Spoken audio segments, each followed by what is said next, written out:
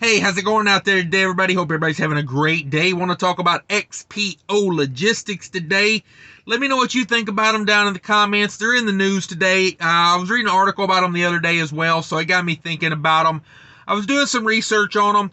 Today, they're in the news, actually, so it made me, prompted me to do this video.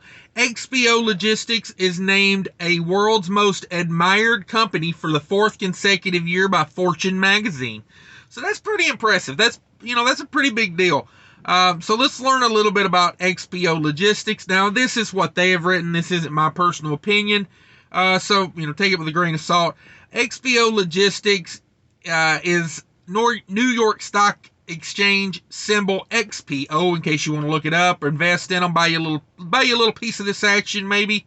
I'm not recommending that. I don't give financial advice. That's just their ticker symbol.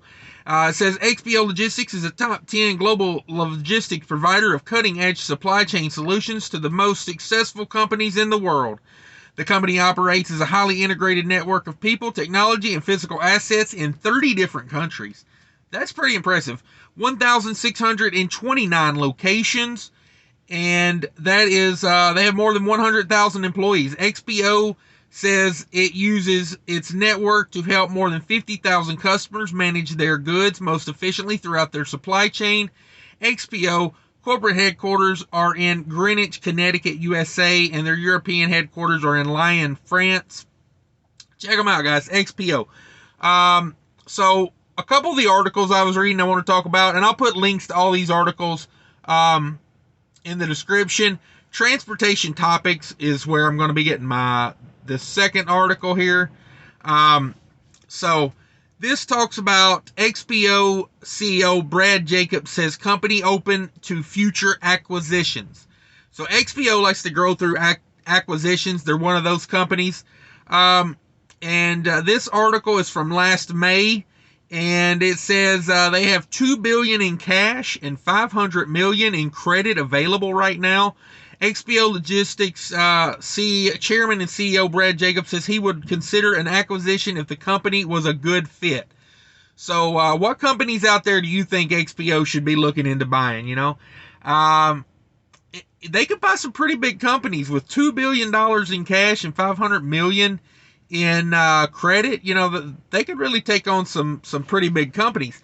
I had no idea XPO Logistics was as big as they are. I kind of thought they were just an American, LTL company. I didn't realize they had 1,600 locations in 30 different countries. It's pretty impressive. CEO Brad Jacobs says, I don't rule out doing mergers and acquisitions. We're good at M&A. We've got great success. They've bought 17 of the best companies that were in the industry and highly integrated them and getting great synergies. So they're pretty good at buying up these companies and then making them work, fitting them into their existing business. It says, I don't rule it out, but I've never bought a company over Zoom, though that could be a new experience doing M&A by video conference. Speaking on, a lot of meetings are taking place, they're not allowed to go, meet with people like they used to. So he says, hey, I could buy a company over Zoom if I had to. He also goes on to say, I think realistically we have got to get back into the action first before we seriously can talk M&A. Jacob said, we'll keep an open mind, but we'll be rational and disciplined. Still, with Jacobs possibly looking at future purchases, it would mark a return to a familiar territory. Okay, so in 2011, September 2011, he headed an investment group that acquired the majority shares of Express One Expedited Solutions.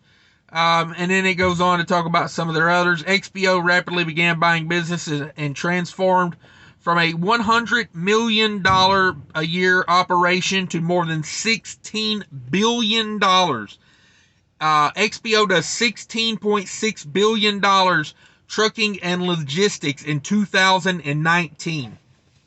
So, in a mere, 8 years, they went from a $100 million company to a $16 billion company. That's pretty amazing. So Jacobs told a Morgan Stanley analyst that he was spending 10 to 15% of his time looking at possible mergers and acquisitions. That statement marked a significant change from February 2019, when he said the amount of time he spent contemplating purchases was zero. So they're back out there, they're hunting.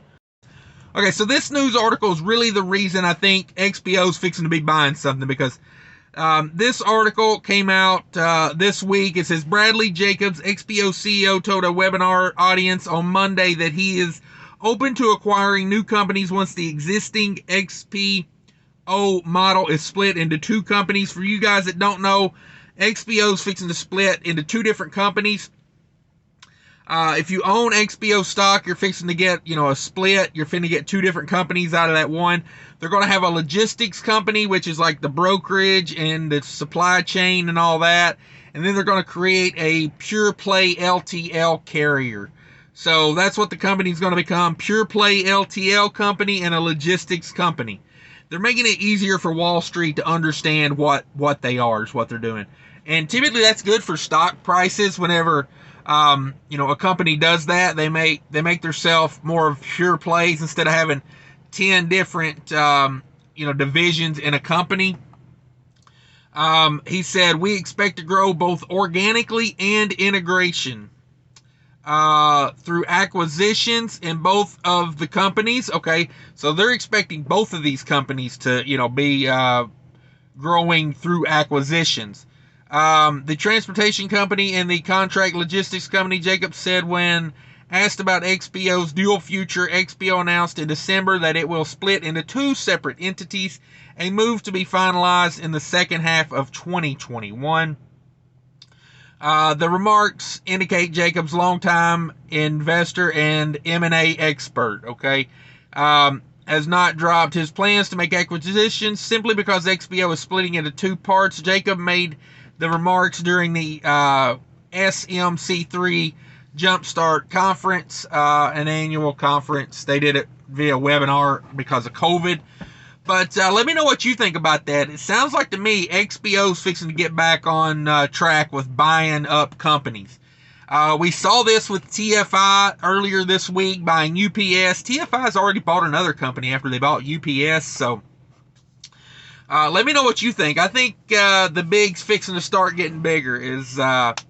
I think that's how it works. When rates go up and prices are good, the big boys typically buy up, Because honestly, let's think about it. It's a good time to sell because your price is up. You sell for more money. If you're a smaller company, you can sell for more money. And if you're a bigger company, you can buy some of these smaller companies with higher profit margins, integrate them, and make it work. That's my thought on it. Let me know what you think. And I'm out of here, guys. Take care of each other. Bye.